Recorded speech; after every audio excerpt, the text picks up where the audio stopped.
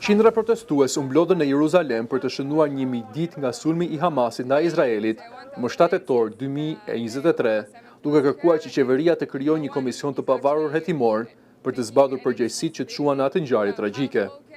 Jashtë ndërtesës së Knesetit, protestuesit bllokuan rrugën, goditën daullet dhe prohoritën slogane kundër qeverisë. Më vonë, policia ndërhyri për t'i larguar nga zona, si edhe për të hequr një instalacion simbolik mbi bashkërimin 1000 ditë zije.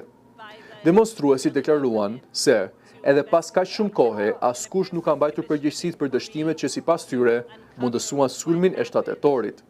Ata kërkojnë një komision të pavarur shtetëror që të hetojë vendimarrjen politike dhe institucionale para dhe gjatë sulmit. Pranë rezidencës zyrtare të kryeministrit Benjamin Netanyahu, protestuesit vendosën fotografi të mëdha të pengjeve izraelite që humbën jetën gjatë robërisë në Gaza.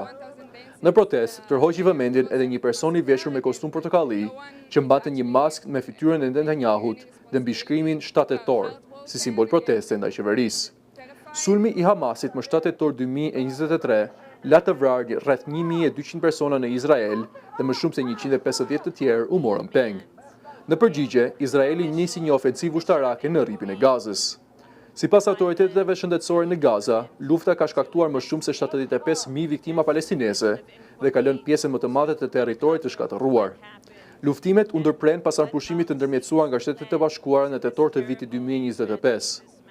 Ndërsa presioni publik po rritet, qeveria izraelite ka njoftuar se po punon për ngritjen një komisioni hetimor qeveritar. Megjithatë, shumë qytetarë dhe familje të viktimave kërkojnë që hetimi të jetë plotësisht i pavarur, për të garantuar transparencë dhe llogaridhënie.